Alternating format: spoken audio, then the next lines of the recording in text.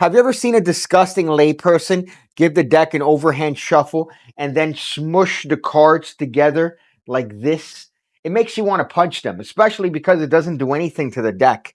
It keeps the deck in the exact same order as before, despite them overhand shuffling and smushing the cards together. That annoys me. It especially annoys me when magicians lie for effect. I cut my nose shaving. I didn't have a father, don't judge me. So this is a simple variation of a false overhand shuffle. This gives the appearance of shuffling the cards while still preserving the order of the pack. Now this is an interesting variation, however, you do have to mind your angles. Now this is just one of many techniques that I'm sure I've shared on the PigCake Magic Academy, the home of over 1,600 videos going over card stuff, coin stuff, and you get access to all of that the moment you sign up. Also, I'm always uploading new videos, so it's not just stagnant content, it's always new and refreshed. So check it out, the link is in the description section below. Now all that's happening for this shuffle is this.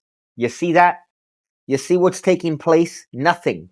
Nothing is happening. The cards aren't actually going over each other. With a standard overhand shuffle, you'd be peeling off cards. Whereas this, you're just running the cards back and forth. Now the actual technique is as follows. We're going to grab approximately half the cards from underneath the pack in this overhand grip, and we're going to bring it to the front as if we're going to do an overhand shuffle. We're going to angle our body this way so the participants don't see the fact that the cards are actually not coming off the top. We're then going to use our thumb to scrape off approximately, I would say, 5 or 6 cards.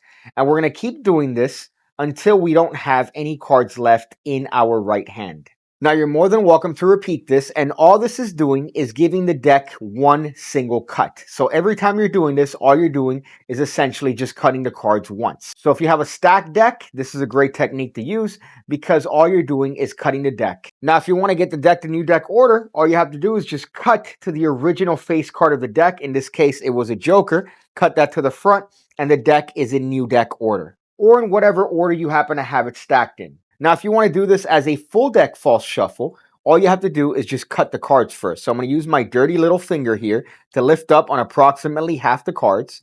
I'm going to take that into the crotch, into the crotch, into the crotch, into the crotch, into the crotch of my left hand. And now I'm going to use these cards to lever over and continue the shuffle. So what I've done there is that I've just cut the cards and then brought the pile right back to where it started. This is the original top half of the deck. So now if I carry out the actions of the false shuffle, the deck is in the same exact order. All I've done is that I've started with a cut and now the cards haven't changed at all. You could also do this for the smush shuffle, which is the exact same thing. The only thing I'm doing is that I'm apparently squeezing these two piles of cards together. Really, all I'm doing is allowing one card to fall and the rest of the cards to fall right behind it. So that also gives the impression that I'm mixing and pushing the cards together when really no card has changed order. As I mentioned before, this works exceptionally well if you're using stacked decks, meaning an entire deck that's set up in a particular order where you're allowed to cut the cards. However, you're not really allowed to shuffle. This cuts the cards and doesn't change the order of the cyclical stack. This is also great for routines like Out of This World, which, by the way, I have a new project out called Worlds Apart with Peter Turner, where we go over everything we know about Out of This World and our best methods. I also have a project on the Open Prediction where we do the exact same thing, and those are both available down below.